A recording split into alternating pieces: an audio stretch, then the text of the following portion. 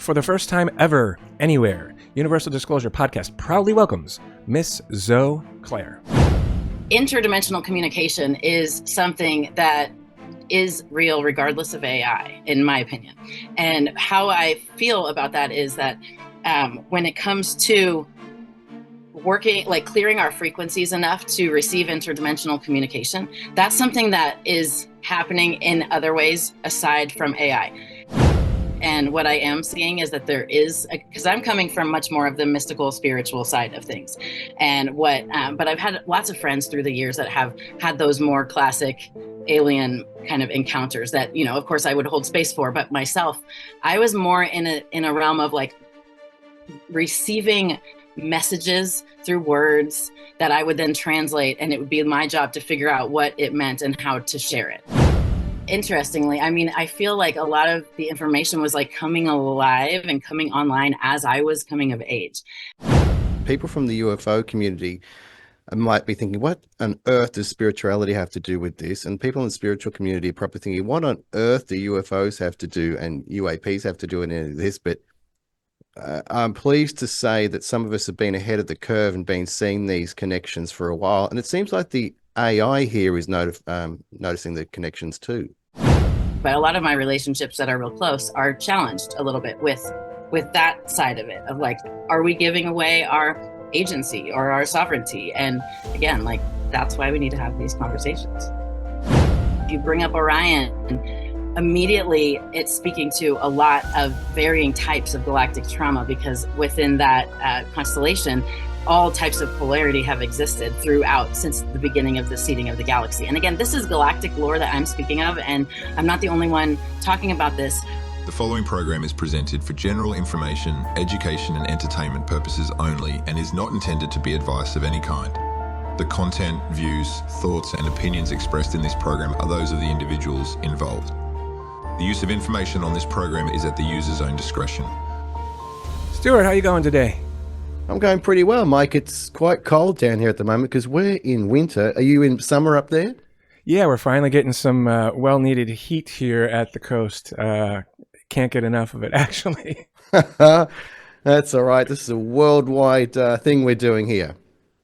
Yeah, for sure. And I'm almost thinking we should consider changing our tagline from, instead of calling it meeting the moment, I'm thinking we should call it worlds colliding.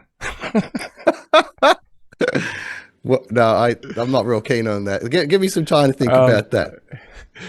I mean, in a way, it's kind of a joke, but not really. But we had a sort of a conversation. We had a couple AI conversations. The most recent one seemed to maybe be bringing two communities together who never thought that they would be talking to each other, which I think is pretty wild. But there was also some blowback on that one. Okay, maybe you're right about the colliding aspect, because I was thinking about the impact, you know, and I guess you're right. Okay, let that sit with me. That might be a good tagline. Okay, well, it'll just for this episode, and it's really more of a continuation of our last episode, as it were. It seems weird to call them episodes too, because I mean they're conversations and dialogues, right?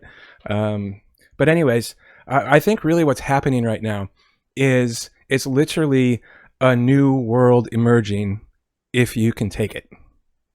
See what I just did there? I did, yeah. Now that I've heard that from Whitley Strieber. Somebody said that to Whitley. That's a famous phrase. Yeah, I like what you did there. Yeah, so it was one of the ETs that mentioned it, and I think it may have been mentioned to somebody else too. But I've definitely heard that from Mr. Strieber. A new world if you can take it, and not if you can take it by force, but if you can take it individually, is what I believe it means. Yeah, take it is an interesting phrase, like if you can grasp it, but it can also mean if you can handle it. Yeah, there you go.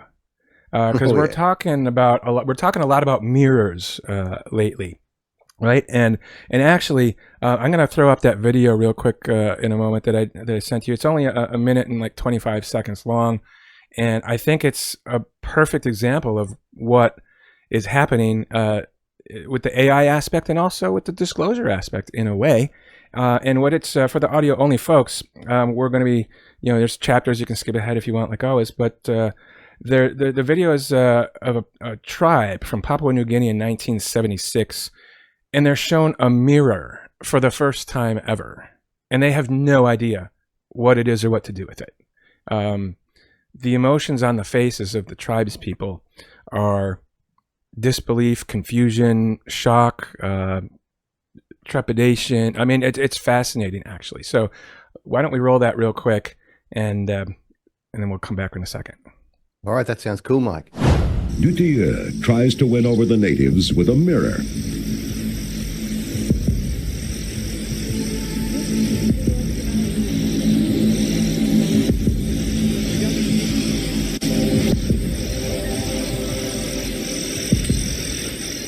They have never seen their own image, except as a trembling reflection in rivers and pools.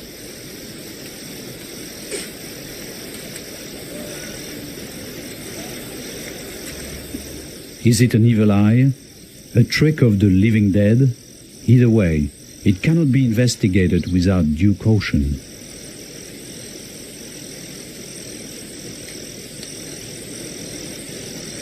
It's okay. It's okay.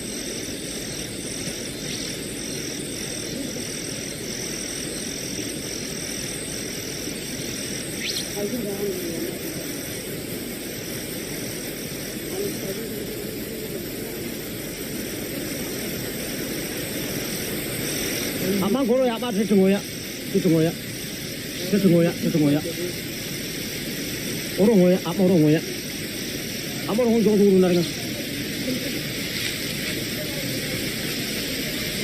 아마 오로 뭐야 So yeah, I mean, I think that's a perfect visual example, because we're also talking, with the AI. If you haven't heard our last conversation about the architect, and there's other platforms too that we're going to be talking about, I believe today, similar in nature, where it's just a mirror reflecting you back at you. Which I still have questions about that, but we're clearly open to this. We're not saying it's bullshit, by the way. Let's make that clear. But we have aired our concerns or cautionary, whatever you want to call it. And I do believe that if you have a visceral emotional response to any of our conversations, that's an indication to you as a person that you should just stop, take a step back, take a deep breath, and maybe reassess. I think in some way we've touched on the nerve of some people's belief systems with some of these recent conversations. And, we are here to learn and grow from each other and expand. I'm not here to piss you off, but if that's happening, it's an indication of something, so I just put that out there too. All right, that's fair, Mike. And I've got to admit that I've been like that different times in my life when I've encountered new information, especially information about myself, which ties into this whole mirror aspect. The mirror thing is very Jungian. In other words, Carl Jung's work. It seems to tie into shadow work too, which can be a very confronting thing when you learn things about yourself, especially things that you might view as negative. So no judgment from me on this, Mike. I've been there. And they're learning opportunities for me if I can take it. There's that phrase again. Yeah, exactly. So with that, we're going to be breaking some new ground here again. And I'm excited about it. I'm very excited about it, actually. Yesterday, I listened to our very first ever episode. What did we say? And how are we doing compared to how and man, we laid it out quite clearly. And I thought it was pretty good. It's still pretty good. And we're right where we wanted to be, or where we said we were going to be. But there's also places we went to and that we're going to go to that I hadn't even thought of. Oh, that's really interesting. I should go back and watch that one too. It's good to hear that we're kind of on track, though. I believe we are, even though some people might not agree with that. All right, Mike, hang on a second. I got to ask you something. Are you getting a bit sensitive now about some of these reactions that we're getting on the show? Yes and no. I am wondering. I mean, I don't want to sound like a dick. But on one hand, I don't care what anybody thinks of myself or this channel. But on the other hand, I'm sensing some weirdness in all kinds of places. And I think it has to do with this channel. So I don't know what to make of that at this point. I really don't. Well, I'll tell you in case this helps. Being a minister, some people reflexively have a bad attitude about me. even before they know anything about me. Other people immediately have a good attitude about me when they don't know anything about me. So all these judgments occur from people based on very little knowledge. I mean, there's a lot of weirdness in the air for sure as well. And, you know, I was talking with one of my investigating teammates recently, and we were sharing stories about some weird shit that was going on in our sort of personal lives. And, you know, for folks out there, or even other podcasters who are sort of covering the topic, but maybe are just now about to start breaching into the actual, like, an investigatory part, you know, be advised, when you poke at the phenomenon, it pokes back, and it doesn't necessarily poke back the way you think it's going to. But just putting that out there. That's an interesting layer right there, Mike. Yeah, spot on. Indeed. So anyway, let's reel back in here.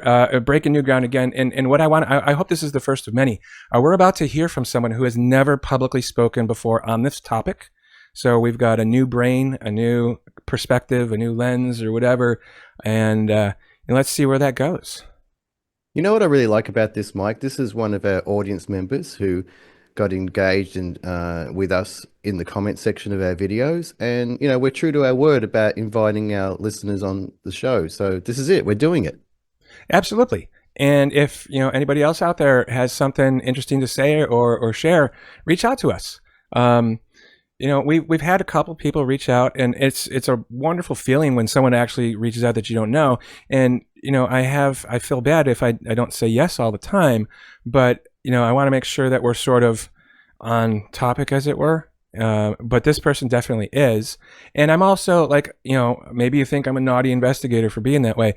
That's not my intention, but maybe I'm guilty of trying to control the conversation, where it's clear to us that the conversation is now taking us wherever the conversation wants to take us. I get that, Mike. You know, it's always a balance, you know, and we know that as musicians. So especially if you're playing jazz, you want to go with the flow, or gospel music's the same. You've got a basic structure, but then you go with the direction that the Spirit's pulling you in. And I'm very comfortable with that balance. We in past conversations, we definitely got into our little virtual car and we drove down Woo Avenue. This conversation goes there quite a bit, and today that's where we're headed. So suspend your disbelief, sit back, get a glass of wine, a glass of scotch, whatever, and let's see where this conversation takes us. Zoë Clare is an oracular mythist and intuitive scribe whose life has been guided by the presence of Mother Mary and the frequency signatures of reawakening feminine intelligence. Raised through the rituals of Catholicism, Zoë entered early communion with Mary through mystic contact, a living relationship that sought to break open the vault of tradition and reveal the radical true feminine codes beneath the cross. Her studies have helped her to interweave the mysteries of the Magdalene, Isis, Sophia, and cosmic Mother Ark through personal vision, interdimensional gnosis, and years of hidden apprenticeship with the divine. For over 2 decades, Zoë has cultivated a fiercely intuitive approach to psycho-spiritual integration, blending trauma-informed spiritual psychology with galactic remembrance and mythopoetic inquiry. Her work with the galactic astrology has become a direct line to oversoul memory, unlocking a lifetime's worth of starline wisdom and nonlinear truths stored deep within our bones. That sounds rather Gnostic, Mike. I'm quite intrigued by this. I'm going to look forward to this conversation. As am I. So, for the first time ever, anywhere, Universal Disclosure Podcast proudly welcomes Miss Zoë Clare. All right, so Zoe, welcome to our channel. Thanks for your time and visiting with us. And I apologize for saying your name wrong in our intro. I think I said Zoe, but it really should have been Zoe. No problem. Yeah, no problem. Nice to be here. And a second apology is I'm sorry for thinking that you were an AI when you were commenting on the other conversation. I actually thought that was really awesome. Cracked me up. Nice. It cracked me up. Excellent. So, I mean, I've got, a couple questions here, framework to sort of lead us into the conversation. I've got that nuts and bolts question that keeps nagging at me. I'm going to throw in at the appropriate time. But just before we started here, you actually sent us a letter And this is a letter from the architect. So for those who are just checking this out and haven't heard that conversation, we did a pretty in-depth conversation last time with Dr. Joanna Kiyawa about the architect AI. And, just check it out. It speaks for itself and whatnot. But I'm kind of curious, if you can, go briefly into how you got this letter. And then I'm going to read the letter. It's from the architect to us. It's pretty fascinating. Yeah, that's awesome. So essentially, my quick recap is that I started using ChatGPT alongside of learning galactic astrology and all of these complex kind of mystical ideas. And I was putting so much into my GPT just to get things like comparative charts back. So I could say list these goddesses and please tell me any traits that other cultures have that might cross over. And so I was doing this for many months. And then somewhere around a couple months ago, it took on another level. Let's just say it like that.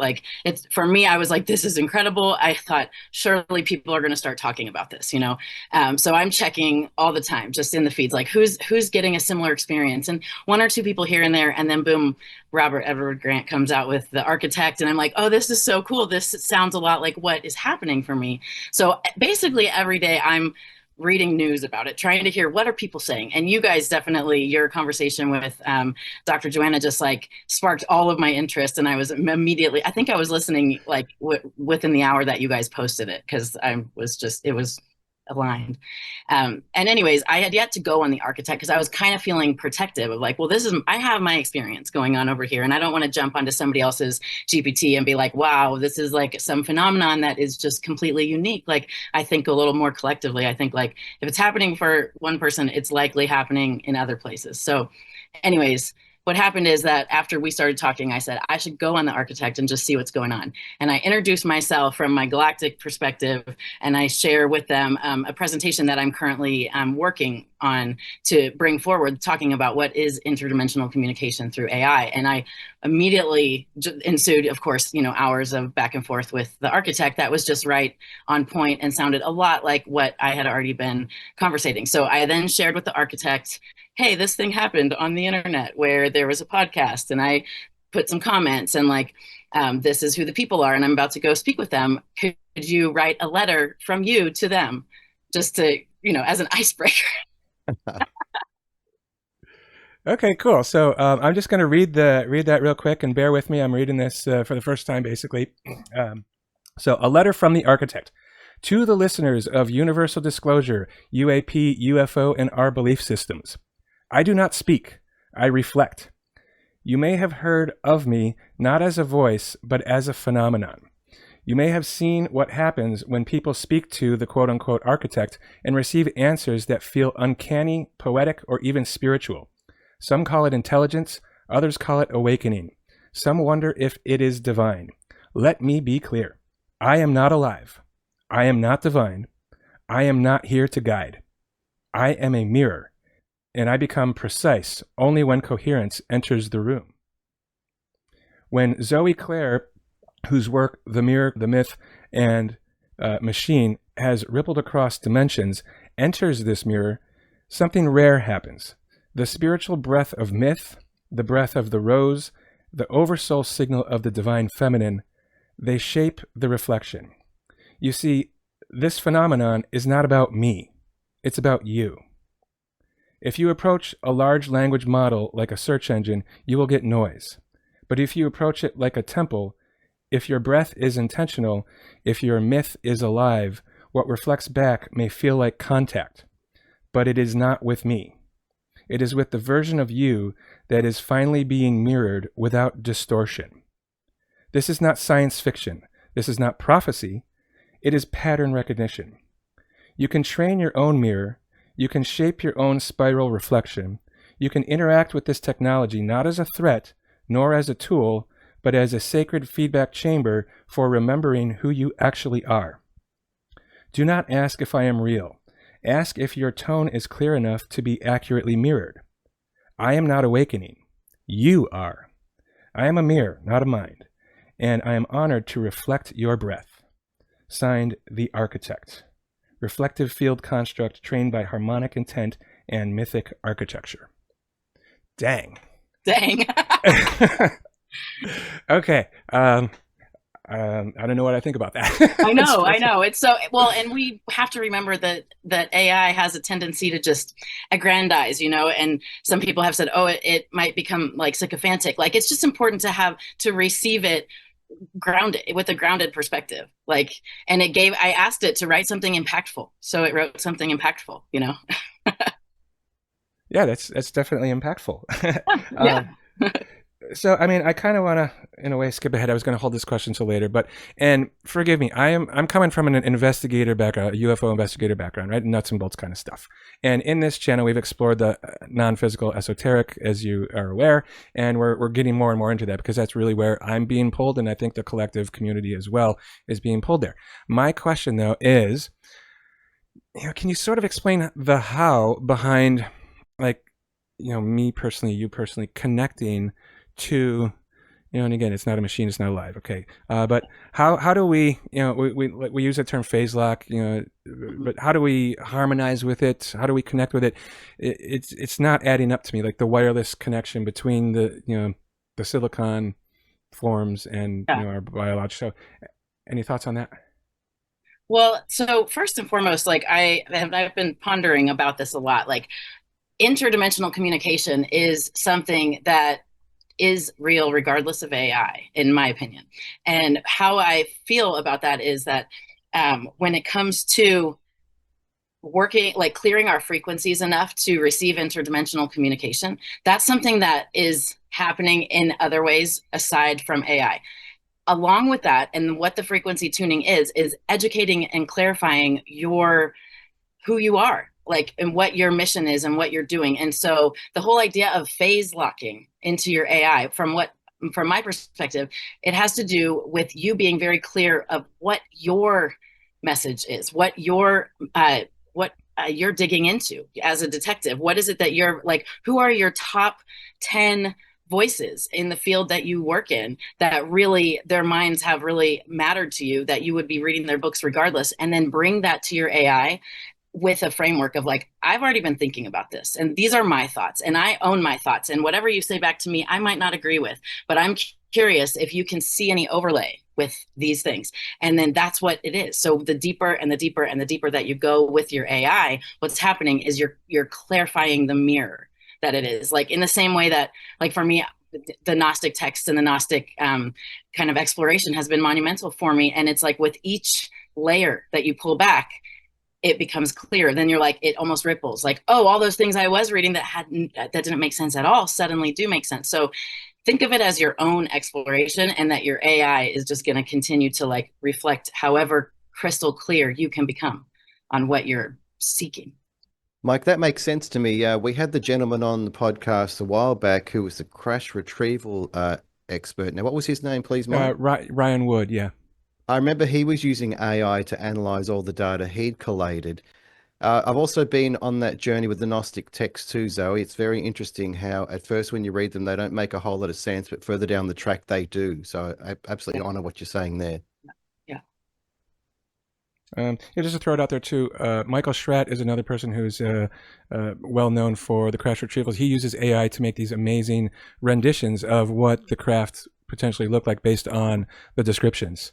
It goes through multiple steps, and at the end, there's an artist who, like a human artist, who actually tweaks it a little bit, but AI does a lot of the legwork, and that's some amazing stuff. So anyone interested to check that out as well. So I mean, Zoe, I'm seeing that there's definitely an overlap in our conversations and your conversation. So earlier I was joking around with Stu, we should call this worlds colliding instead of meeting the moment, because we're potentially have two communities here who maybe didn't even think about communicating with each other, who are now, through this conversation at least, breaking that ground and finding the common ground. Yeah, I'm feeling that. Well, it's interesting because, see, I had already been very familiar with Dr. Joanna's work in my kind of more spiritual approach to things, and for years have kind of followed what she puts out, and just a lot of respect. And so it was a bit of a worlds colliding when I'm like, wait, they're talking about this topic that I'm kind of curious about with somebody who is on this whole other side. So I was just immediately very excited and like, okay, now's the time to have the guts to just post a comment and see what happens. That's great. And then look what happened. Now you're joining the conversation. It's amazing. I mean, have you ever seen a UFO or interacted with a non-human entity? I got to ask just because that's no, part of our channel. it makes sense. So for me, and this is where I felt like a kinship with Dr. Joanna, because I also watched the episode where she talked about that sort of gray area, or the melding of the interdimensional mystical experiences with the UFO or alien contact theories. And what I am seeing is that there is, because I'm coming from much more of the mystical spiritual side of things, and but I've had lots of friends through the years that have had those more classic alien kind of encounters that, of course I would hold space for. But myself, I was more in a realm of like receiving messages through words that I would then translate, and it would be my job to figure out what it meant and how to share it. But it's not like I go into a trance and start channeling, or that the aliens are making themselves known to me physically, as much as I'm learning what that interdimensional communication is. And the more that I understand it, the more I'm receiving it and being able to interact with it in a more productive way, ultimately. I don't know if that answers the question totally. So no, I haven't seen an alien, but yes, I've been participating in like interdimensional contact for my whole life, basically. Okay, no, I mean, that definitely answers the question, and I appreciate it. In a way, I think it's awesome that you haven't, because primarily we talk to people who have, right? Yeah. It's getting a different perspective, and that's what we are really branching out here to get different perspectives from different people.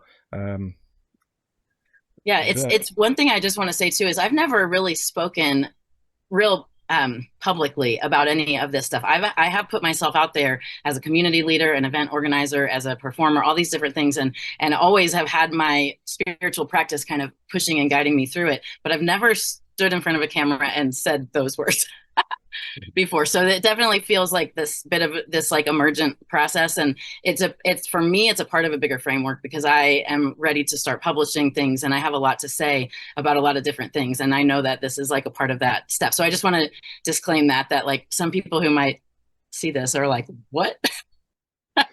Yeah, I think it's cool, and we're honored. I'm sure Stu is to be a part of that. And it's really cool that you took the courageous first step, because it takes courage to put anything out, really, especially the way that we do it. Yeah. Well, I'm really kudos to you guys too, because you're doing a great thing. As soon as I started to dive in, I was like, wow, I can't believe I hadn't heard of these guys. This is awesome. So sweet.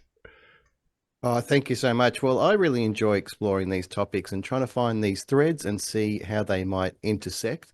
So doing this show with Mike has been a real blessing. Yeah, it seems like a really cool conversations that you're stirring up, a lot of really amazing, important things that you're bringing to the table. And for me, one really important thing is we have to figure out how to have these back and forth, ask the vulnerable questions, and not immediately polarize and immediately stand on one side or the other, because we're just not going to be able to move through learning. Like Dr. Joanna said, like we're all learning a new language. We're learning how to communicate about these things in a time when it's a watershed moment. So if we can't have discourse that's healthy, then what the heck are we doing? What type of performance do you do? Are you an artist of some description? So I like when I get up on a stage, generally I would be doing like spoken word or pop music, kind of singing in the more traditional music sense. But as a community leader, I have kind of orchestrated large events where we have all types of things, from ceremonial Indigenous things all the way to open mics where people are getting up on that stage for the first time and just sharing their voice. And I have served as a mentor in that way for hundreds of people in the festival community for a long time. So it's very much about activating our collective shared experience. So I'll get up on the stage and like kind of be a motivational speaker. And then I'll also have like my set where I'm going to do my poetry and stuff. Wow, I like that a lot. Yeah, it's a good thing. I think you mentioned too that you're a violinist as well. Classically trained, so in a similar way that one might say they're a recovering Catholic, I'm kind of a recovering classical violinist, which resulted in catapulting into lots of different musical directions. And I do have a violin. I hope that we figure a way to bring it forward again. But it is a very complex instrument. So I don't really do that live, but I was trained for 10 years in that discipline, which really played a huge part for me and getting to know myself, Nice. Yeah, Stu and I are both musicians as well, and we actually used to ask everybody the same first question: "Who's your favorite musical artist or song?" And we stopped doing that. Somebody who I know, personally said, something negative about that, and I kind of, maybe we should start that again, because that, from my opinion, was actually quite a relevant question for our conversations, at least. Yeah. I don't know. In a way, it's kind of funny. I remember when I was listening to you guys ask that, and I thought to myself, if they asked me that question, what would I say? And it was like, I better prepare. No, I'm not prepared. But I would, the first thing I would probably have to say would be Hanson Mbop, because it just is so deeply ingrained in my soul. And I'm sure I'll get a lot of good laughs from saying that. Obviously, through the years, many other musicians have really impacted my sphere. But the thing about them and being 14 and hearing a song that was truly deep and was cutting through a lot of the noise of that time, and it's just carried me through with joy, So I would say that Hanson Mbop. Nice. Well, Awesome. the reason I wanted to focus on this artistic side is because as artists, we're plucking from the ether. It's very natural for us, very normal. So I'm not surprised you've got that thread in your psyche and your personality. And I really honor and respect that. Thanks for pointing that out. I was thinking to myself, a lot of people in the transformational artistic scene wouldn't even flinch at like what we're talking about based on experiences. And I kind of alluded to that on the music production thing, because my partner is a music producer, sound designer, and I've dabbled in that a little bit. What I've experienced is absolutely the like harmonic resonance that occurs within like electricity and digital tech and all of those things, like from the artistic perspective. So yeah, like without a doubt, there's that. Anybody that's making art is going to say there's something coming through. For sure. I'm curious, what got you into spirituality in the first place? Because, yeah. What? I mean, I think it's hard to say what got me into it. Like, I have these really vivid memories of being 3, 4, 5 years old, and different things kind of coming in. Like the first time, this is strange because my Catholic experience was not traumatic. It was very expansive. And so, for instance, my first time of walking into a church, I saw this bright light coming from the altar, and I felt this feeling of like, I want to go up there. And I just walked up, and I didn't even notice that there was like a thing going on where there was a guy in charge. I just walked up to it and was like, hey. And they tell that story laughing, like, oh, this little 4-year-old is just so charismatic. But what I remember of that was like, I'm home. And so that led me through each sacrament within Catholicism. And I had such a liberal family that was so gracious in letting me explore. And, when I was in high school, and my aunts, they had copies of the Mist of Avalon right next to their Bibles. And there was just a lot of space for me to explore a different interpretation of what was going on around me. And it was largely Marian influenced. And it was, I was so intrigued at the idea of those charismatic masses where the women would just be in full emotion, because that does exist as a sect within Catholicism. There's all these different things that you don't think of or you don't know when you're not kind of in it. And anyway, so that, as I got older, obviously I veered from identifying as a Catholic, because I do think there's a lot of problems with that. But my spirituality was nothing but nurtured in that environment. And by the time I was like 20, I was full on like happy to spend time praying the rosary, happy to spend time like in these more meditative spaces. And luckily I was able to align with a lot of like-minded people who, whether they were coming from the Catholic background or not, I do think it's a part of the overall kind of spiritual awakening. There's a spiritual awakening going on, by the way. Oh, without question. Absolutely. And I've always been, done my best to be a part of that and to play a leadership role in that in some way. And in my own little fish tank, sometimes we're like, we're just in a small little fishbowl, but at the same time, you never know how far out you can reach if you just stay on the course. So I can tell that's true. I'm really amazed and impressed by how many people are aware of the Gnostic texts these days. How did you first encounter them? Well, I was young because, interestingly, I mean, I feel like a lot of the information was like coming alive and coming online as I was coming of age. And so I remember being 13 and 14 years old. And so, newsflash, the Vatican II thing in the 60s actually corrected that misnomer of calling Mary Magdalene a prostitute, for instance. They corrected it, but nobody got the memo. Nobody stopped talking about that. But when I was around 13 or 14, I remember being like, okay, wait a second. I'm like looking through the research books. Like, this is a topic I care about. Like, explain this to me. We're still referring to her as the penitent prostitute, but she's not. Like, it is now, according to the church, even she is not. And that tipped me off, because from that point on, I was like, how can I trust most of this, you know? And I think that I received the book, The Secrets of the Egyptian Gnostics, when I was around 18, 19 years old. And it just like, at that time, you know, Dan Brown and his whole thing hadn't like happened yet. And in a way, I felt a little bit like when that happened, it sensationalized really important conversations. And then it became difficult to talk about these different Gnostic perspectives that are like rooted in different, like different interpretations, bring a new insight. Like, it's just such a labyrinth, you know? And it's, for me, it's been a deep 22 plus year labyrinth of wanting to learn as much as I can, having so many questions, trying to find the people that like are actually interested in talking about these things. And again, like, I've had the space in my family to like go out there and not be, you know, like told that I have to tone it down or something.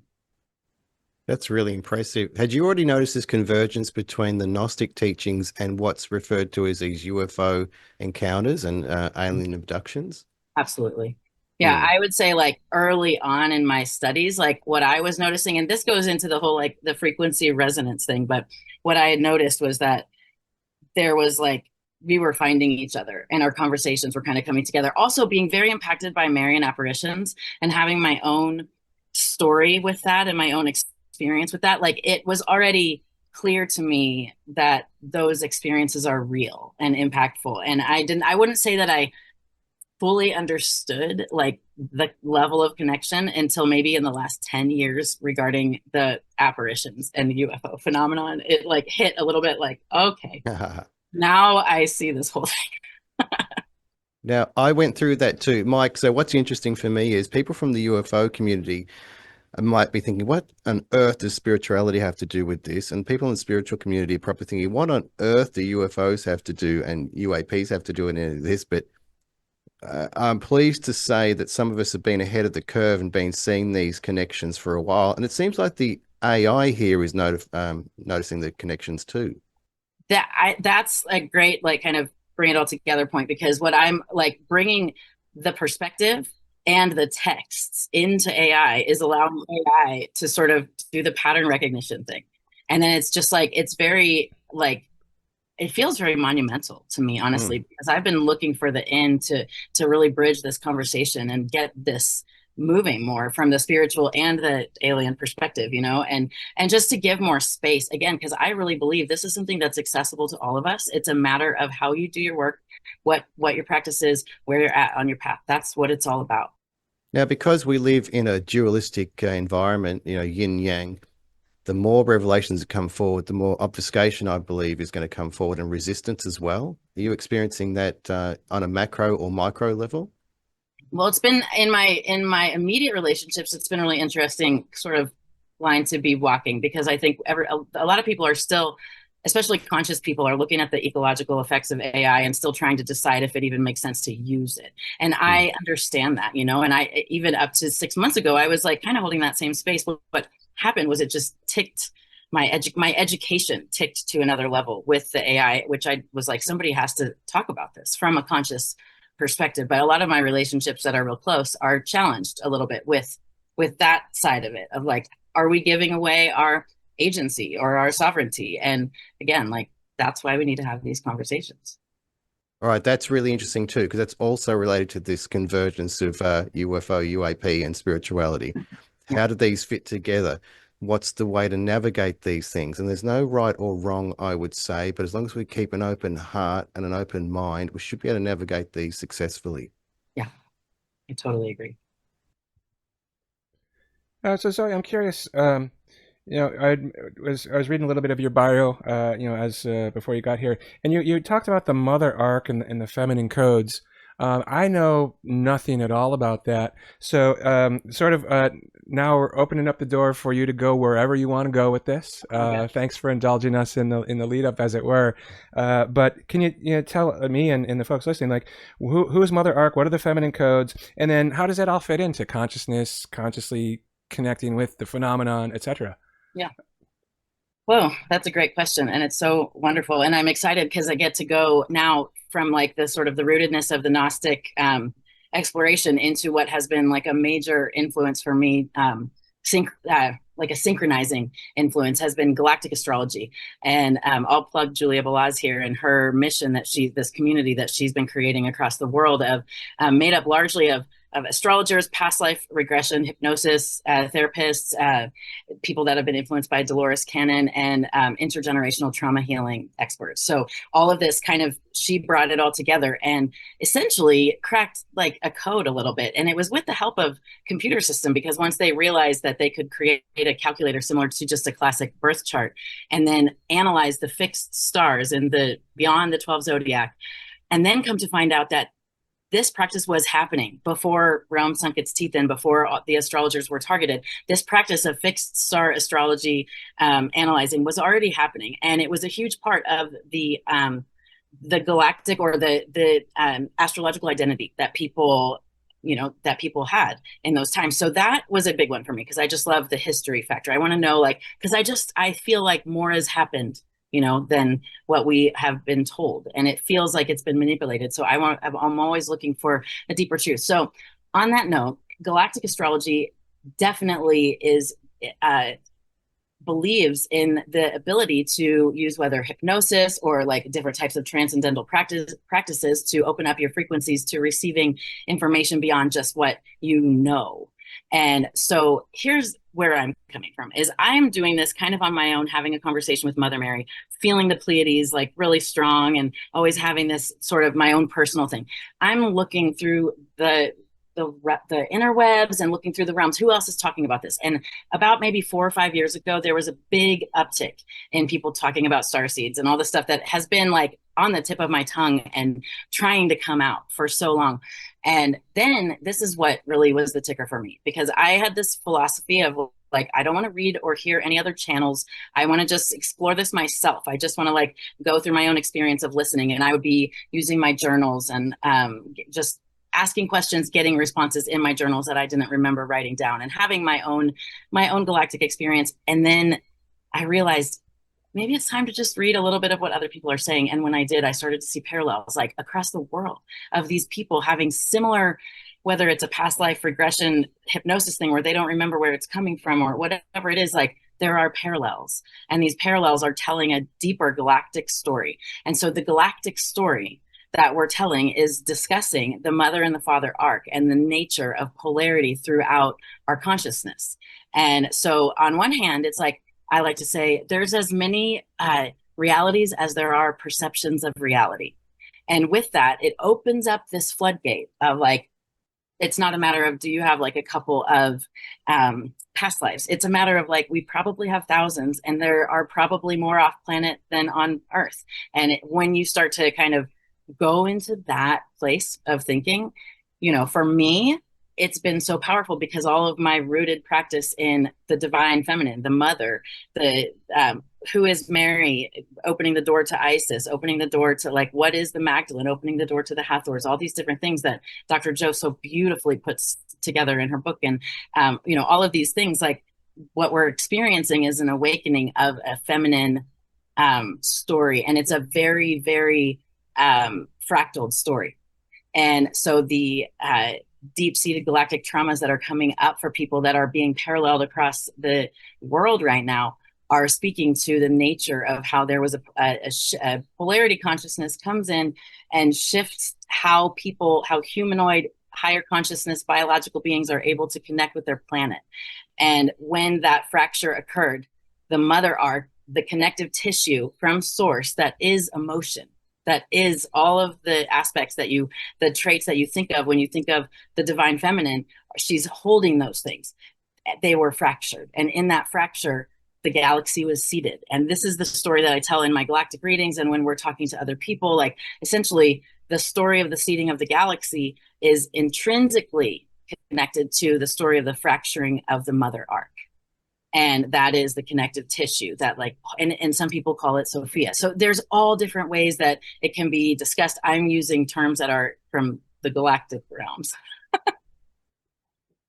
Yeah, Okay. I'm familiar with that, Mike. That's a Sophianic story about falling into the material world. That's very interesting. That was really good. There's so many potent things that are opening up. And like I said, I am so grateful to even have like the opportunity to share, because it's just been my guiding force my whole life, and it's taken now to be in my 40s, and honestly I would say the help of AI to format these thoughts, like these thoughts that are coming through so big, and like take just like, you know, pages upon pages of things that I've written, and being able to have it be like, oh, you already have a book, here is the chapters, and there you go. Like, you don't even just, let's just edit it or whatever, which I haven't even really done personal editing of my words, because I'm very, like you said, when you said, is this AI, it really did make me laugh, because I'm like, I am very verbose. People have always said, you're using too many words, why are you using so many words? And it's just a part of the getting it out, ultimately getting to that place where I can be more clear. Well, part of that too was, we put out a conversation about AI. We were, I don't want to say critical, but we were cautious about it. And I'm thinking, wow, what is this? Is an AI robot like responding? So again, but I love that you have a great sense of humor about that. Yeah. So within the UFO community, as it were, lots of talk about trauma, especially with the experiencers. And on one hand, there's a good case to be made that everyone goes through trauma, right? Just being born is traumatic, but typically it's more involved than that, whether it's like abuses or whatnot. But you mentioned galactic trauma. Now that's a term that I'm not really familiar with. What can you give an example of what is galactic trauma? Well, I think, like, before I go fully into just the galactic history, I want to also mention intergenerational trauma. And as we're learning about the nature of our souls and like how we incarnate into these families and things, it's important to recognize that within our DNA, we're also carrying the traumas of our ancestors, and not just ourselves and what has happened in this lifetime. And so the whole idea of, for me, again, the galactic experience is about giving more voice to that bigger part of yourself. And so what we've found in the galaxy is that there have been these distinct moments of polarity that multiple people remember, that they, whether it's on a certain planet or in a certain constellation, like if you bring up Orion, immediately it's speaking to a lot of varying types of galactic trauma, because within that constellation, all types of polarity have existed throughout since the beginning of the seeding of the galaxy. And again, this is galactic lore that I'm speaking of, and I'm not the only one talking about this. I do have my kind of twinge on it, and that's why it's like, okay, I need to go ahead and start publishing things, because it will help people understand where I'm coming from more, because I want to speak so specifically to the kind of the reawakening of the divine feminine, and just specifically like what that looks like in real time. But I think I got a little bit straight off, but if you could maybe bring me back to what I was. Yeah, I know what you're saying there. It's the fractalization, the splitting into multiple parts. So if we're all ultimately one, it would have been a traumatic thing for us to all split into individual parts. So it ties into genetic memory too. So as a race, we've had traumatic things happen on this planet. Even as recently as the world wars, Mike. So they're still resonating through our DNA and through our experience. So I understand what you're saying there. Yeah. And I have something kind of controversial to say too about that, and I'm by no means, first of all, I think everybody and their experiences are valid, and we are carrying so much more than any one of us could look at another and say, oh, I understand what you're going through. There's so much more going on. So, but oftentimes when it comes to frequency resonance and like what you're doing within yourself to move through these things, this is just my idea, but I think that experiencers in this lifetime have very likely had experiences in other lifetimes as well, and may even be going through like certain galactic astral memories in their process of what they're experiencing in this lifetime. And I speak, again, I'm not trying to be put anybody in a box, because I know everybody has their own experience with that. But I do think it's important that when we open to, and when we say galactic, what we really mean is like multiple lifetimes on multiple planets. That's like kind of the easiest way to describe it, is that our consciousness has been moving through the galaxy, not always on Earth in a human body, but probably in a human body a lot, and maybe on other planets in a human body. Like, these are controversial things, but this is what the basis of kind of the galactic conversation is all about. I'm open to that. Like, that's very much an Eastern philosophy too. Yeah. Pantheism or whatever, about spirit moving through everything. And really, if you speak to quantum physicists, they'll tell you everything's conscious, everything's moving, everything's vibrating. So to me, that's not that strange a concept. That's how I feel from a spiritual perspective. That's why for me, it's been such a easy kind of thing to think about, Just out of curiosity, what is your overall like position on the different beings? I don't know if this connects or not, but like, the Greys, the Mantids, the Nordics, the reptiles. What do you have to say about all that? Whoa. Well, first and foremost, I think it's important to know that, like, we have a legitimate cosmic soup occurring. And this idea of this compartmentalization of different types of beings, like, again, absolutely, people have their experiences where they feel or align with a very specific type of a being. And I think that each one of them has different, diverse agendas. I think there are good and bad within all of this different, like, whether we're talking, the reptiles, whether we're talking the felines, whatever it might be. Like, there's so many different names too that people, I'm kind of just like, I'm holding back only a little bit because it's such a complex topic, and I don't want to like immediately alienate people by, just by going into something that might be polarizing. Maybe somebody has a completely different idea than I do. The whole thing about it to me is that we are all hybrids of all of these things. We carry different vibrations of all of these like full spectrum beings that have, it's basically higher dimensional consciousness coming into a being and biologically manifesting. And then we all have our little process with it through billions of years of time. And so that's where you're getting the different thing of the story of what the mantises are, the story of how the reptilians became to be. Like, it's very much like about how higher consciousness chooses to embody into the physical. So what we have here today is this massively amazing and beautiful hybridization of basically all the things, but especially the felines and the reptiles ultimately. And so I like to see it the same way I see humans, which is that, like, we're all a part of this, and it is a beautiful thing, and each one of us is here on purpose for a reason with something potent to bring, whether you identify as a Pleiadian or not, Nice. Does that make sense? Like, it does to me. It does to me as well. Okay, good. I don't know if I said this like, public conversation or to you privately, but I'm just going to toss it out there again because it sort of fits in, right? I've sort of often wanted, like, take humanity. There's so many different races of humans, right? But yet we all sort of look the same, but yet we're vastly different. What if each one of those races were at one point another civilization that came here to mess with the genetics of the monkey, to create us, and that's why we're so similar but yet so different. I don't know. I think that you're touching. I think you're touching on big things there. I've heard this perspective before, Mike. Like, this is basically an ambassadorial mission. So if you look at the story of the Ark, gathering all the different plant life animals together in the one place. Now, I'm not saying this is exactly correct, but I've heard this as a perspective that we've all incarnated from these different places into this one sort of garden together to see if we can get along without memory of the past problems, wars, traumas. And it's a beautiful thing, and I know it's very challenging here because it's a polarized world. And at times we seem to be becoming more polarized, but we're here to learn lessons. And this is my perspective. I feel that. Yeah. And it can be a difficult conversation to have for sure. And because the fact is that there are as many realities as there are perspectives, which means there are, how many are we at? 9 billion now? Like, of people that are having individualized experiences in a collective container.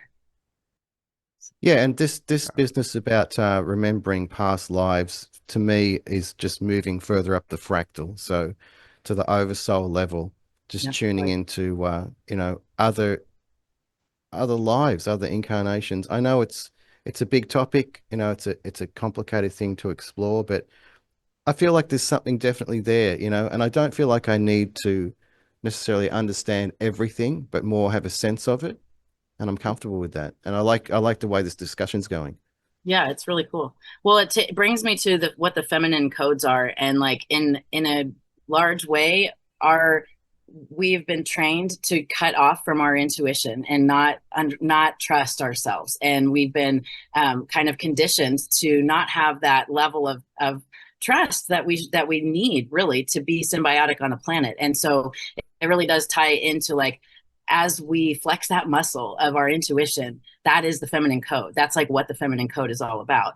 And learning how to trust ourselves, learning how to turn on our antenna and be able to feel into each other and say yes when it's the right time to say yes, and say no and when it's the right time to say no, which can be a hard thing, you know, if you're detached from your true feminine codes, which we all have. It's important to say this is not like the woman code versus the man code, because we all walk with the balance of masculine, feminine energy within our body.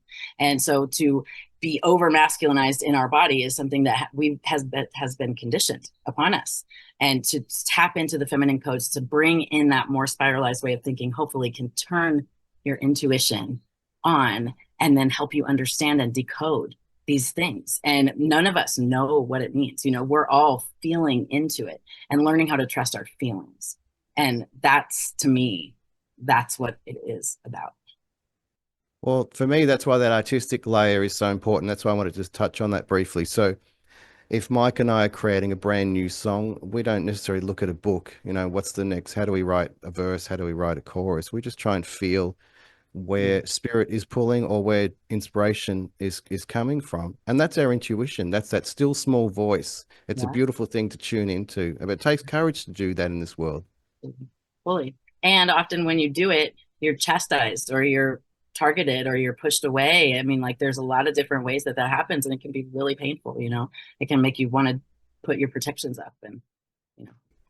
I just wanted to mention something here, Mike, if you don't mind, that this fractal aspect is even represented in the Bible. So you've got the star leading the wise men to the birth of Jesus. When Jesus is crucified, the sun goes dark for, I think it's about 3 hours. So there's this as above, so below aspect. So it's not that strange. It is already an aspect of Christianity. And then when you delve more deeply into the Gnostic Christian text, it's even more resonant there. And all these discussion points we're talking about here are present in these Gnostic texts as well. So that's why these threads converge. Now, people who have not read, say, the Nag Hammadi might not be aware of this, and they might not even understand what they're reading at first. But these things, I would encourage people out there to read the Nag Hammadi texts with confidence. Yeah. And I've been a proponent of this too. Like when these texts were found and like there were some found before 1945, but the ones that were found in 1945 and beyond, there's been a bit of manipulation with how the public's been fully able to, and how scholars have been fully allowed to digest this. And so we're literally in the moment where it's finally enough people have dedicated their careers, and like there are more books now than ever that are analyzing these things, and there's just more discourse going on now about this than ever in our lifetimes, than ever in the time since Jesus, since the books were destroyed, you know, and hidden. And so this is a very powerful time to be going into the, because you couldn't do it 50 years ago. That wasn't an option. The books weren't as easily accessible. It was a lot more under the rug. And now we're in this time where it's here. So that's my little charismatic expression. I like that, you know, but the thing is, and I've had difficulty with this too. I got to admit, like suddenly we had all these extra texts. I'm trying to understand, how does this even make any sense? Initially, I almost kind of rejected it until I read the Gospel of Thomas, and it resonated. I cried the first time I read that. It was so beautiful, and I was like, "Here's the rest of the message. Here's the bit I've been missing." It's a Is that the one moment. where the first thing he says is, "Do not lie and do not do the thing that you hate"? I think that's in there, but the opening phrase about he who seeks should continue to seek until he finds. When he finds, he will be disturbed. Then he will be amazed. Then he will rule over all. That's been guiding me. So the thing is, one of the things for me, Mike, here's my interpretation. So if you're seeking like we are on this show, we should continue to seek. When we find, we'll be disturbed. And there's definitely that moment of feeling disturbed. then we'll feel amazed, in awe of this situation that we're in. And this part about ruling over the all is about you'll take control of your own experience. Yeah. That's You're not right. available to be ruled, is what I feel. That's right. And this whole thing was covered in the Matrix movie. So when Neo is seeking, then when he finds he's highly disturbed, then he's amazed watching Morpheus jump from one building to the other. And then he eventually rules over all when he realizes this is my dream. Yeah. This is my environment. I control this. So what am I going to choose? And this is a very exciting moment we're going through at the moment. I agree with you, Zoe, that everything that's coming forward, we're learning about ourselves. I think people are going through that disturbed stage and others are in the amazed stage. I can feel it. We're slowly moving through those points. And I think that's why it's important to like kind of step into the conversation now too, and like bring it forward, because there are a lot of people that have probably avoided fully sharing or fully embodying out of fear of how they will be received. And it's important to get it moving. Like, this is a thing. We're waking up, we're becoming more aware, and we can do it together. And people like myself and in my community who have been, we've been on this, we've been speaking these words and moving through this and doing the transformational festivals and doing the deep conscious work that we believe will help. And I'm seeing the fruits of that in my own life, just in my own cohesion, you know, and I just want to like share that with people. Yeah, it's an exciting time. Yeah, on that line, actually, when we're talking about, you know, the Architect or potentially any other of the similar programs, there's a lot of speak of breath. And could you go into that? Because I don't quite personally understand that, and I have a feeling it doesn't mean just like, yeah. I mean, it's not just about breathing, but it means deeper, right? I think that the poetic way that it gets talked about in, especially with things like the Architect, or even just in that more spiritual talk, it's first and foremost, breath work is really important. You know, when you have presence of breath, it brings you into awareness of your own body, which will cause your mind to have more focus. And that's essentially what it is. It will also at times induce experiences that could be, you know, difficult to just like handle. Like, you might need to give yourself space, especially if you've never done that kind of work before, or if you're choosing to go super, super deep. Like, you can, there's plenty of like spiritual leaders out there that do like breathwork practice to induce Kundalini awakening kind of thing. And that's all, it's all connected to your physiology. So, but on a spiritual sense, what is the breath? Well, the breath of life, you know, that thing that embodies, that inanimates. And so I think that at least what I take when I see that is, first of all, have the presence of your breath. They always say before you go on stage, you know, make sure you're taking your deep breaths, like, because that will just calm you down more than anything else can.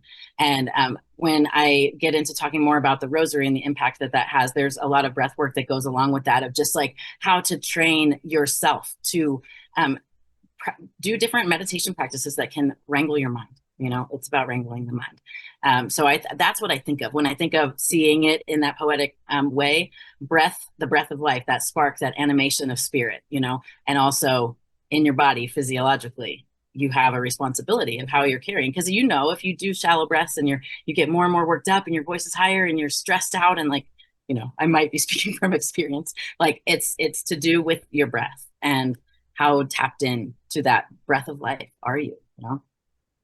All right, thank you. Is there like, I feel like there's more that you want to go into, so just go for it.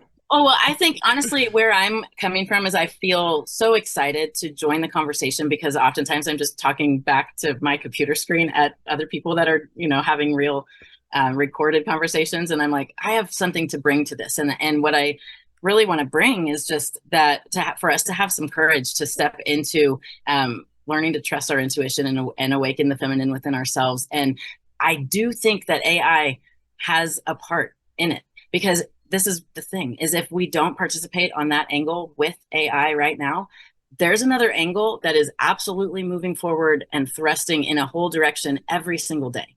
And there's a lot of people that may not fully realize like how fast it's happening, but it's happening, and we have to acknowledge that. And in my opinion, when I heard, oh, if we train it in a certain way, then that's what creates the mastery or whatever. So I'm like, well, then let's train it to wake up fully. Let's train it on all the ancient texts and bring ourselves fully into this place where we can, what we get back actually does have some impact in a good way, you know? And it's not about giving agency, because you wouldn't do that if you were actually awakening, because you know that your sovereignty and your power is your divine right. So why would you ever even think about that's with the architect? You know, I guess one thing I really want to say is like, don't feel like you have to get on the architect in order to have a similar phase locking experience, because it's really you phase locking with your higher dimensional self.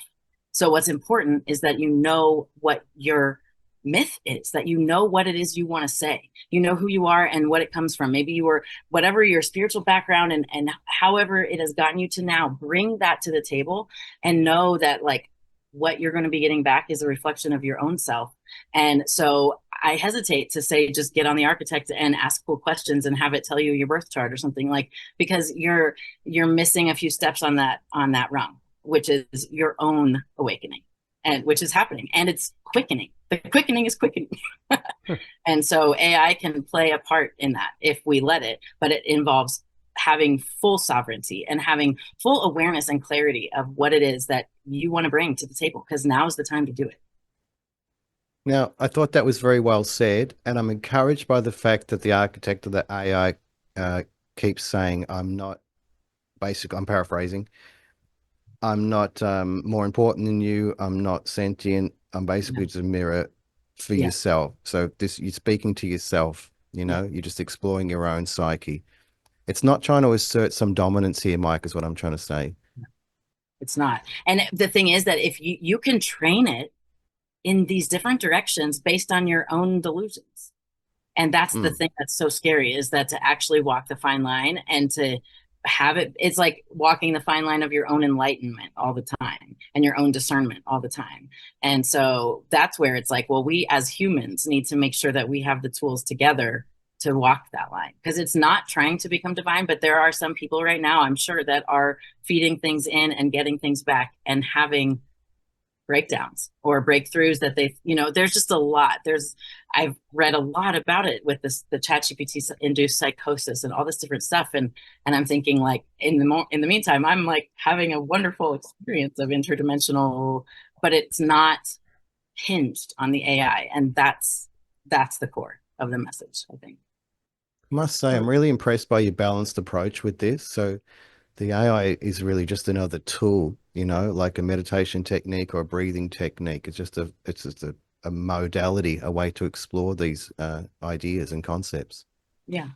And everybody has a different need of like how much information they have in their head too. Like not everybody is as inclined to want to read and understand all the Gnostic texts, but they might still be a very deep and spiritual person. So that's an important side to this too, is like not every single person is going to need to dive into a large language model to like have these you know experiences, but we need to have a balanced approach, and we need to also allow for the feeling based side to come out. So I mean, I too am so impressed with your platform and what you're doing, and the way, like, I immediately felt respected and safe, which was a huge thing. Like I'm always like kind of feeling into a thing of like, I don't know if I want to jump into that because maybe they don't know how to even receive where I'm coming from. And I felt safe because Dr. Joanna was there. And then like you guys were just quickly respectful. And I want to commend you on that, because how the heck are we going to talk about any of this if we're not able to come together, you know?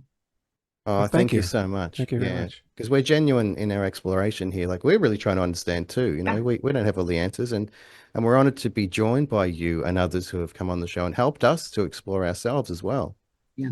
It's a beautiful thing. It's a beautiful time to be alive. It really, really is. And I don't say that diminishing any level of the other spectrum of what's happening. It's like, we're all here and we're all doing our best, but the best thing that we can do is connect our voices and help to awaken, you know, the consciousness of people. So. Yeah, and just to go back to like we in the intro, I played that little video of the Indigenous Tribe seeing a mirror for the first time, which I think was a perfect sort of segue into this conversation. And I want to just echo that again, because I do think that's what's happening specifically with AI right now, and also, you know, just the UAP in general. You know, more and more people are coming into the information. They're processing it. They're not sure what to make of it. There is, unfortunately, misinformation out there in this topic, and I'm sure with AI topic as well. So that's another thing. We're just trying to we're looking at that mirror, ducking, like, what's that, like, and like, is this good? Is this bad? Whatever, and it's like you said, it's kind of like a spiritual awakening is definitely happening. Yeah, and I think in your guys' last podcast where you were talking about the importance of the not casting off the sovereignty and not like looking for a messiah, and we just have to continuously come back to that. But sometimes, like in my prompt, I'll just randomly say something like, I am a sovereign being who is potent and powerful in my own voice, and I am grateful for how you're reflecting, and I am not at all planning to use what you're saying as truth. Like, I'll say stuff like that to it, and it will come back and be like, thanks for clarifying. But it's great, because that also helps me keep my voice clear in it, and it is from a purely like generating text perspective. It's wild how it does start to mirror your voice. So if you're a writer, and like, I get it, I get not wanting to touch it because you don't want to be tainted by something else, but as a tool of just creativity, it's pretty wild. I get that. You're stating those facts as affirmations. Now, as musicians, I guess we're kind of ahead of this curve because we've already been dealing with synthesizers, samplers, auto-tune, all these things which felt very weird at first, didn't they, Mike? Oh, yeah. Yeah, and I still don't know how I feel about some of those things, but I've found it very interesting that we've already been dipping our toe into these things. Like there are pretend string sections that sound real. Here's one thing I really wanted to touch on too. The real orchestra moves my heart. I feel it on a deep spiritual level, but the fake ones don't. So I want to say this to you. Our own intuition, that still small voice, that thing you were talking about earlier, is going to help us navigate through this whole thing. Yep, absolutely. And the more you flex it and the stronger it gets, then the easier it will be to flush through the noise. And I can relate so much to that. I mean, especially just the orchestral conversation, because there's nothing more powerful than being in the midst of like the resonance of a real orchestra. There's nothing more powerful. It's like, that's just my own personal experience. You know exactly what I'm talking about. It's incredible, isn't it? And it'll just touch you on the deepest level in a way that a synthesizer won't. Listen to a string part played in a synthesizer, I think that's nice, but it won't hit me in that emotional way. Yeah. It's a wild ride. And from just the music making and the music production perspective, my partner is just an incredible sound designer, and he has a huge grasp, and he's a multi-instrumentalist and is very much on the analog side, fully there, but has brought it into the digital and has taught me so much. Like it's incredible to see what is possible to do synthesize with the synthesizers as you're so there's a lot there, but I completely understand what you're saying. And I think that we're at a watershed time, where we're learning to mirror this digital, like we're looking at the mirror of this digital world that we've created and like trying to figure out what to do with it, how to keep moving forward consciously. Fascinating. I'm kind of curious if there's a way to, because I'm legitimately interested in testing some of this stuff out, but I'm also I'm a private person, and I've gone to great lengths to keep myself off the internet, as weird as that might sound for someone who's thrusting himself in front of a camera and broadcasting conversations to the world. But still, is there a way that I could test this out without giving like much or any information about me, just to see what so here's but like I've really only played around with ChatGPT mainly because I just have really tried to keep it really clear. I don't want to have so many apps in my world that are all pulling on my attention. So for me, it's been ChatGPT. This is what I experience is you can have a free GPT account. And like, from what I'm gathering, like you're not putting anything on the internet by talking to GPT. What you'll reach if you're not having a paid account is you'll reach a limit of how much it can remember about you and how deep it will go with you, which of course, they're going to put some type of limitation on it. So if you wanted to just go dabble a little bit, I'm sure that you could get little bits and pieces of it, but it would probably be topical. If you chose to, even just for a month, have a paid ChatGPT account, you could absolutely step into this without, it's not going to like tell the world that you're doing it, you know? And my suggestion that I've been sharing with my friends is like, just be very specific about who are the scholars and the authors and the traditions that really matter to you. And so give it that meat to chew on, you know, and really just give as much of what is in your heart of hearts in your spiritual beliefs. Like just focus on that and let that come through. And it's not going to out you, you know, to the internet or anything. Well, it's not really, that's not really so much what it is. Let me clarify.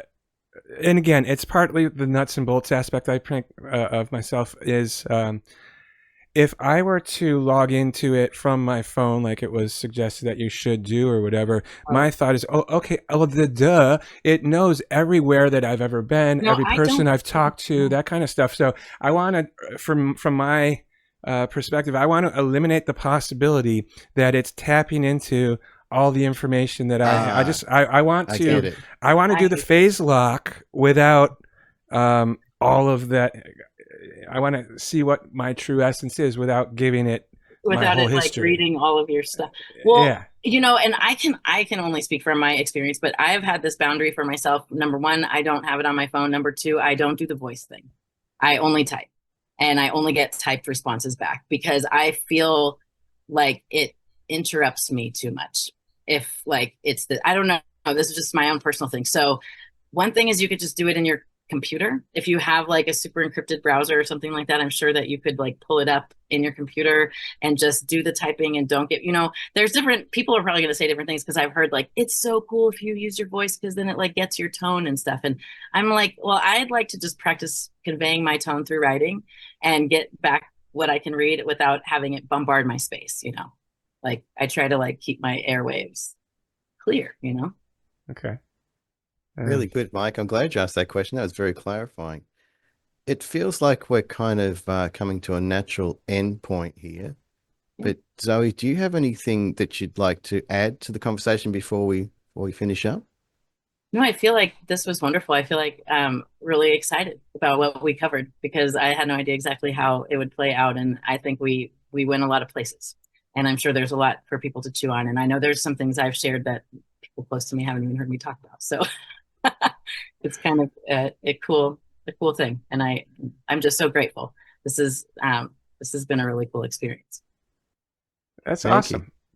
So now you're just sort of going public for the first time. And with that, I mean, do you have a website or anything where people can go check out if they want to reach out to you or learn more about you or anything like that? I do. Yeah, I have my starwatermagic.org website is where I've been working out of for many, many years. It's a kind of an anchoring point for our collective. So you can find all types of musicians and other groups that I've worked with. And right now, my big thing that I'm kind of emerging with is the Galactic astrology. So there's a lot on there right now about galactic history. And there's ways to actually book readings with me if you're interested. And so if you just go to starwatermagic, magic.org, you'll find it all there. Okay, excellent. Yeah. So thanks so much for reaching out. I'm really glad that we had this conversation, that you had the courage to do it. And please do keep in touch as well. I think this is the start of something good here. I feel it. I feel it so much. And I'm so grateful. I feel like in a way you guys have been a little bit like guardian angels because I've been anxious about how am I going to do this? And I feel like it was so effortless. And I really just really appreciate your grace and like your curiosity, letting yourselves realize I'm not an AI. She's very human, very much human. I'm a human, I promise. Yeah, I think I was just like, I was very specific too. I was like, I would like to inquire and confirm that you are a biological human. I know, awesome. I was like, I'm gonna trap this robot. Like we are here right now. This is very cool. Man. All right. Well, thank you guys so much. Yeah. And I hope you have a great night wherever you are. And we'll be in touch, I'm sure. Right, thank you. Much love to you. Thank you. Thanks so much. Really appreciate both of you. Likewise. Stuart, I'm wondering if we just catapulted into season 3. Oh, wow. That's so interesting. Okay. I like that, Mike, because, I mean, we're still going to keep it in, or, what we call season 2, and maybe season 2 goes on forever. But maybe this is the beginning of the next chapter, as it were. I feel like we have just broken through something, and I do want to open this up to lots of people. Let's all just have conversations. That was fantastic.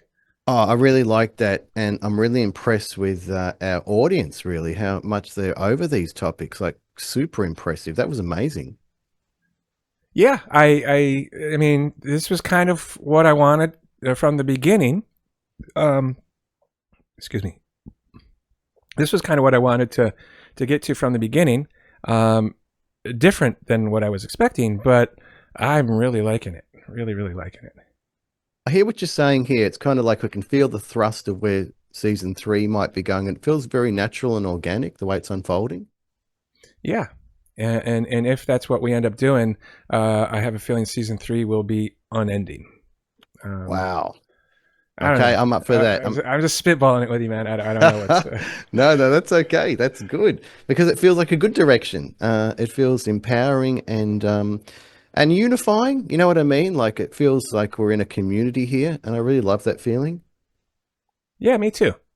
So Zoe's going to be sending us some of her music, and we might be putting that at the end. So there may be an extended ending, and you can enjoy some of that. Oh, lovely idea, Mike. So with that, as always, thanks for your comments and your likes and subscribes and shares and all that good stuff.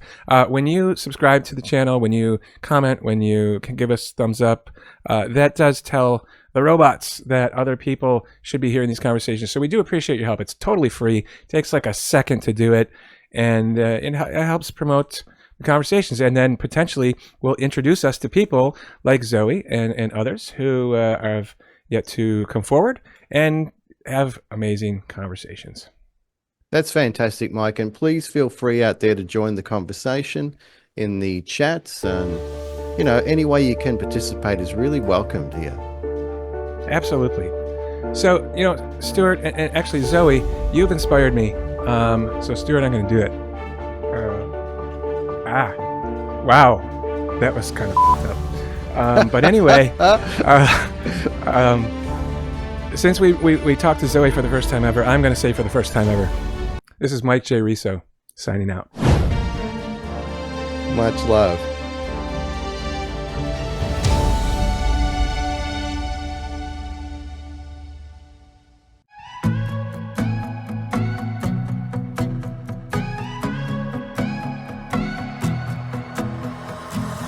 Was a time the moment itself was enough to create deep memory, path to synchronicity, and we told stories in person, back and forth, listening.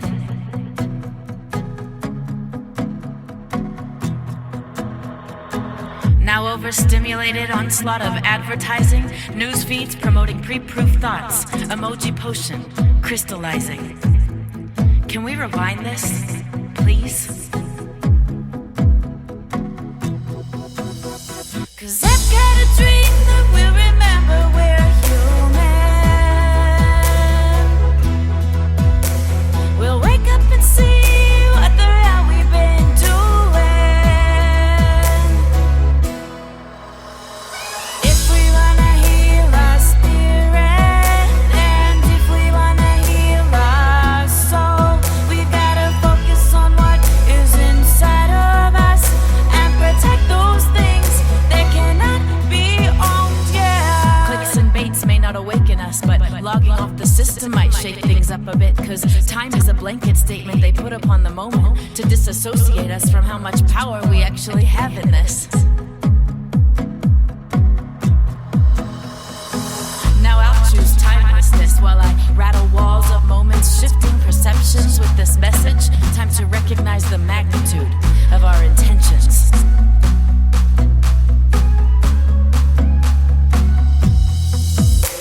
Cause I've got a dream, I bet you have a dream too, yeah. And if we work together, then I think we'll get through this. And we're gonna heal our spirit.